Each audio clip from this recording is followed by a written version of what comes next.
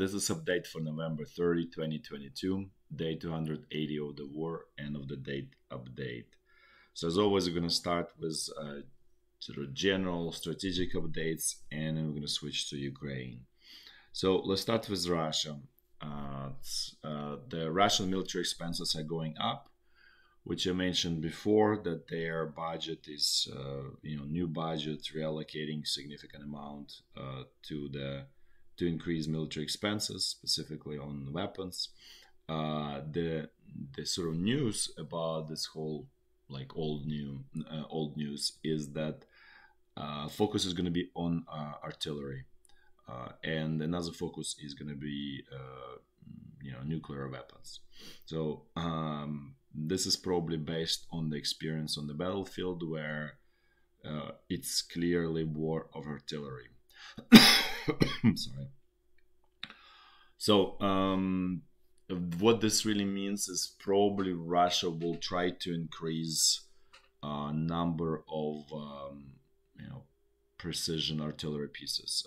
First of all, they probably will continue working on the precision shells. By that I mean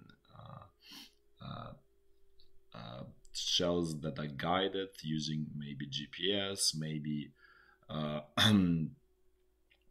that have those I'd say aerodynamic kind of little tiny wings that allow to have extremely high precision at low cost.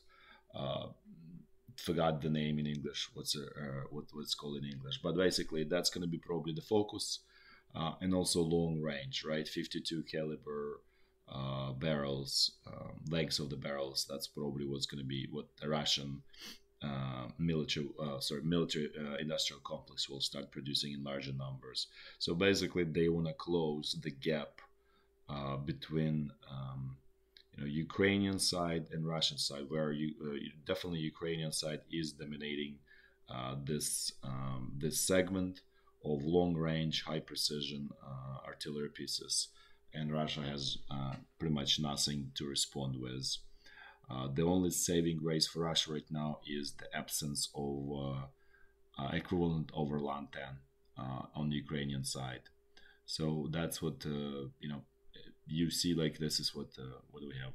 9 months of the war, and Ukrainian government, Ukrainian sort of top leadership, so inept and I would say corrupt that they can still prevent country from developing effective equivalent overland 10.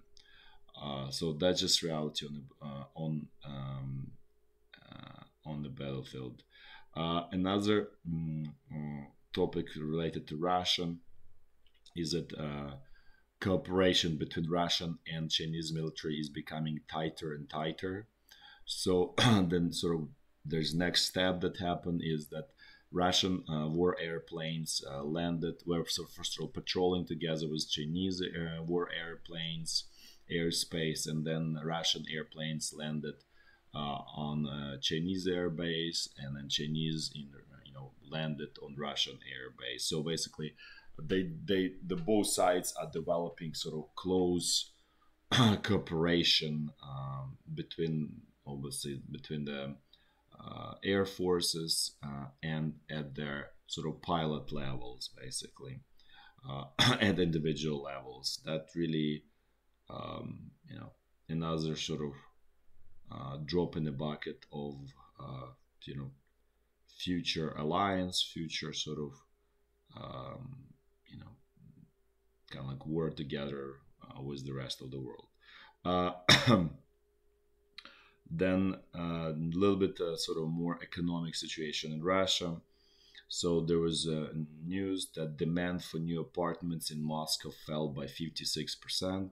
So you can imagine that's a huge number. So essentially, this kind of continues telling that the economy in Russia is, regular Russian consumer is basically dead. Another data point about Russian consumer is Russians stopped paying, stopped making payments on 7 million microloans. By microloans, what this means, people go and buy like I don't know, like small house appliances, and those are like small loans. So, but they are popular. Let's put this way in Russia, and the portfolio of the this like microfinance organization, the percentage that is past due is 43%. So this essentially means that it's past due, and eventually they're all going to be at this level. It's just a question of time before they're going to be all bankrupt. Having said that, everything is terrible in Russia. Things are kind of, let's pick up a little bit actually on Germany. Things are also terrible there. And as I mentioned before, the root cause is this misguided energy policy that's essentially destroying Germany as we know it. So, first of all, I just want to reiterate that German export model is broken. And one of the reasons for that is obviously misguided energy policy. But the another result of that is that food inflation in Germany is up 21% year on year. So that's pretty terrible result, and it really means that the social unrest is not far away based on that. Then there's also German, I don't know how you call it, region, probably that's the right way to say, North Rhine-Westphalen. They declared financial emergency due to the energy crisis. Basically, they're running out of money, and they cannot borrow because there are certain limits on borrowing and so on. Then there is an unfolding sort of scandal in Germany where there are allegations that German government is hiding true amount of governmental debt, that's understanding it by at least 2 times. So things are clearly unraveling in Germany, and they probably will get worse as there is no change to this misguided energy policy. At the same time, natural gas in Europe is starting to go up. So now it reached 1,500 per thousand cubic meters, which obviously, continues to put pressure on the European industry. Essentially, prevents it from recovering. And then another little bit of sort of small data point about China. Mentioned before that Chinese economy is imploding, and as a result of that, we will see all of this social unrest popping up through China. But it's actually interesting to look at another indirect data point. So South Korean export to China went down 28% for 20 days of November. So this is the most recent, the recent trends. And export of semiconductors fell by 29%. That's just, as you can imagine, this is not tiny. This is like total crash. Again, Chinese economy is imploding, and it will take with it the rest of the world, including obviously South Korea, Japan. Basically, all of these models are broken. Export-oriented models are broken because the consumer is broken, and largest consumer is U.S. consumer, and that that consumer is also basically broken for the world. In other news, then today, the head of U.S. Federal Reserve, or I would say Federal Reserve because there's no other Federal Reserve in this world, Jerome Powell spoke, and he was basically clearly explaining that that interest rates are gonna go up and will remain at that high. Well, it's not even high, but sort of, let's call it normal level for a while. So that will create another sort of level of pain in the US specifically at this point, where housing prices will start to go down, unemployment will start, rounds of layoffs will be happening. So basically the whole, as you can see, there is no safe place in this world. Both sort of alliances are going to suffer mightily economically as a result of the bad policies. And for example, in US, it was clearly that Jerome Powell was very sort of correct by clearly pointing out that they can only address demand side of the equation, but supply side is on the sort of executive branch and legislative branch. And if you look around the world, both this the governments, all they're doing is they're attempting to doing everything to destroy the supply. So that's the biggest reason why this whole inflation, why this whole sort of misery will persist, because there is clearly war on increasing supply of various commodities, products, of everything. And so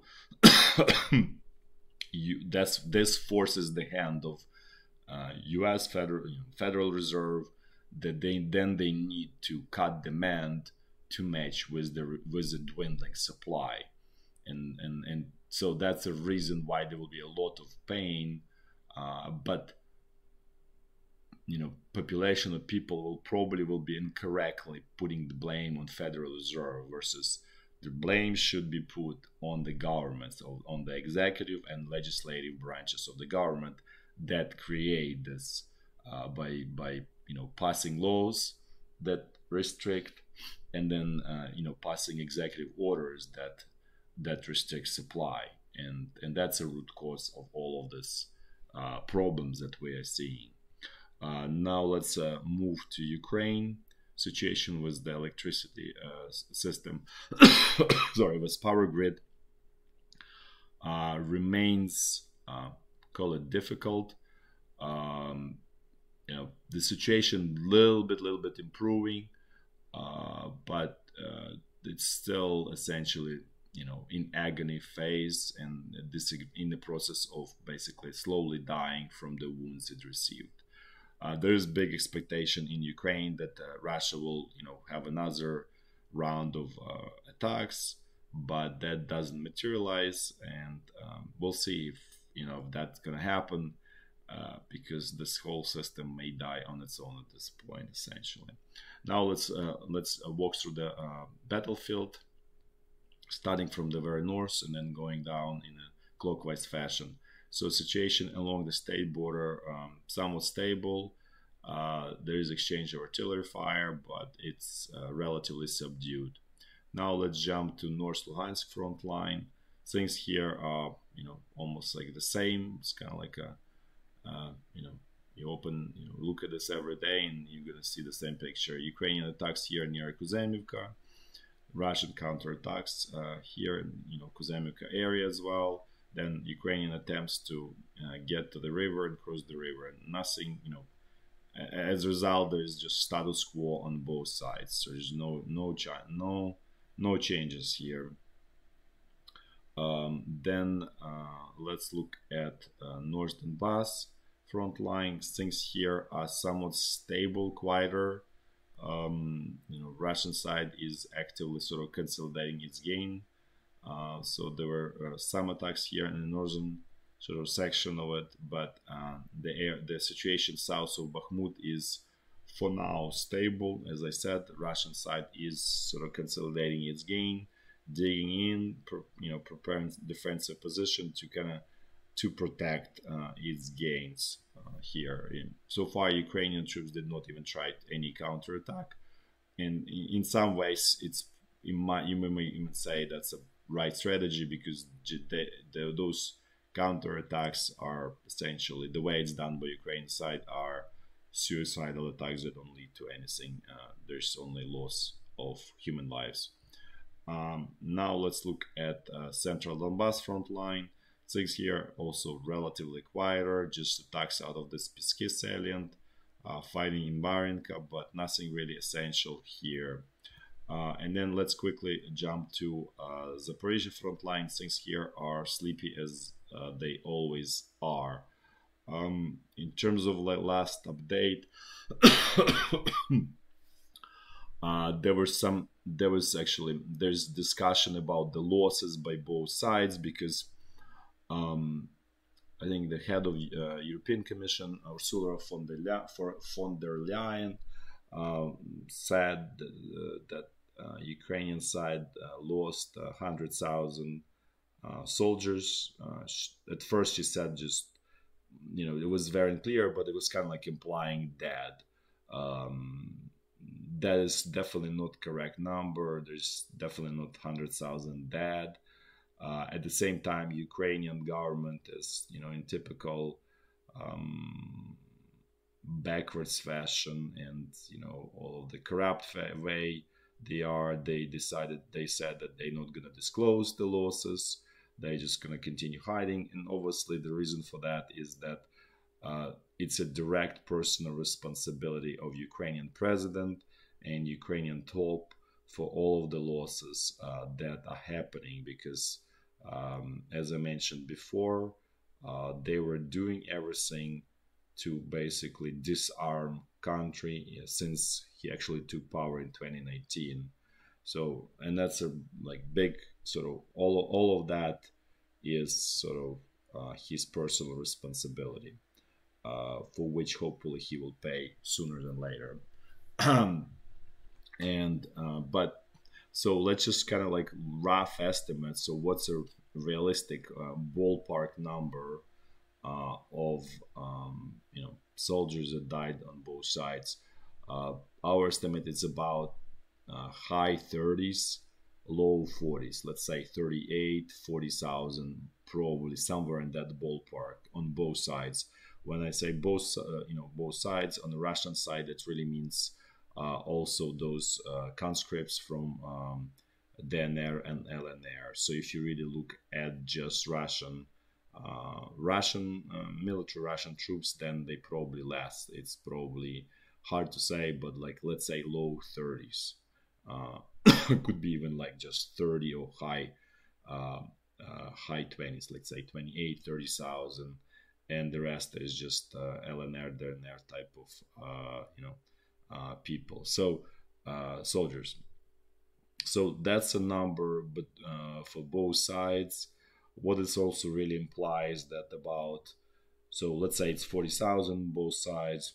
That also means that about up to 40,000 of soldiers on both sides, they are heavily wounded and will not be able to return to the battlefield. So basically, in terms of how many people are sort of gone from both sides, it's about 80,000 that will not be able to sort of continue the fight.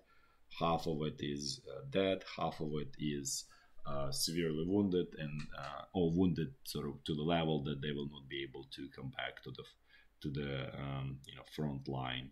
So hopefully this it's still very significant number, especially for Ukraine, which is, as I said before, 3.5 times smaller than Russia, and simply in this war of attrition, Ukraine cannot win. Very simple, how to say, conclusion. And the problem of Ukraine is that it's wasting precious resources right now in this suicidal attacks, and not basically changing in the sort of into the war where you win by skills, and basically by using quality as opposed to quantity, right? So as I said before, Ukraine cannot win fighting this war as a sort of Soviet Union, sort of like smaller Soviet Union versus larger Soviet Union. And in many ways, this war is there to force change on Ukrainian society to stop being sort of Soviet Union. So in many ways, so it's sort of I would say sink or swim for Ukrainian society at large. That's it for today. Thanks for watching, and until tomorrow, bye bye.